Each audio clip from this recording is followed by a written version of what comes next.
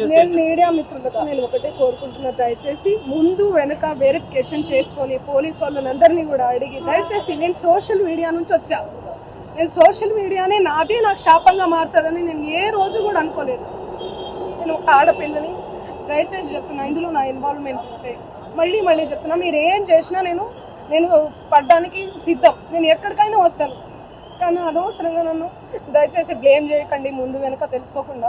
ఇందులో నా ఇన్వాల్వ్మెంట్ 1% కాదు కదా, 0% కూడా లేదు. ఆయన జస్ట్ ఫేమస్ అవ్వడం కోసమే నాతో మాట్లాడాడు కూడా, నువ్వు వస్తేనే నేను మాట్లాడతాను అని చెప్పి ప్రతి ఒక్కరిని కూడా ఆయన అట్లనే అప్రోచ్ అవుతున్నారు. సెలబ్రిటీస్ని నేను కనుక్కున్నాను కూడా, ప్రతి ఒక్క సెలబ్రిటీ ఇదే చెప్తున్నారు.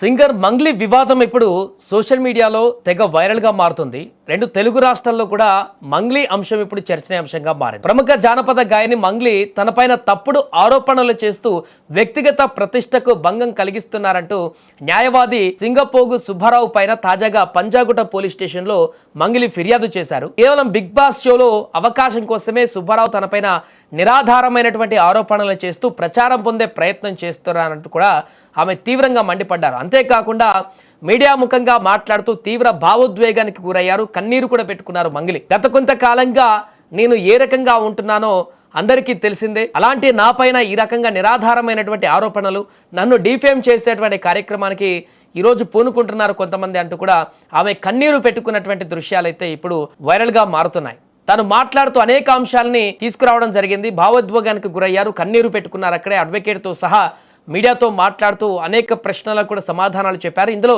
తన ప్రమేయం నిరూపిస్తే దేనికైనా సిద్ధంగా ఉంటానంటూ కూడా మంగ్లీ అక్కడ తాను సవాల్ విసిరారు. నేను చేసింది ఏమాత్రం కూడా తప్పు కాదు, అసలు ఇందులో నా తప్పే లేదు, నా ప్రమేయమే లేదు, ఖచ్చితంగా ఈ అంశం తర్వాత రుజువు అవుతుంది, అప్పుడు నాకేం చేస్తారు, ఈరోజు వచ్చినటువంటి ఈ యొక్క విమర్శలకు లేకుంటే నెగిటివిటీకి ఆ తర్వాత ఏం చేస్తారో నాకు న్యాయం అంటూ కూడా ప్రశ్నించినటువంటి సందర్భం. నోట్ల కట్టలతో కనిపించింది తన తమ్ముడు కాదంటూ కూడా ఈ సందర్భంగా మంగ్లీ స్పష్టం చేశారు.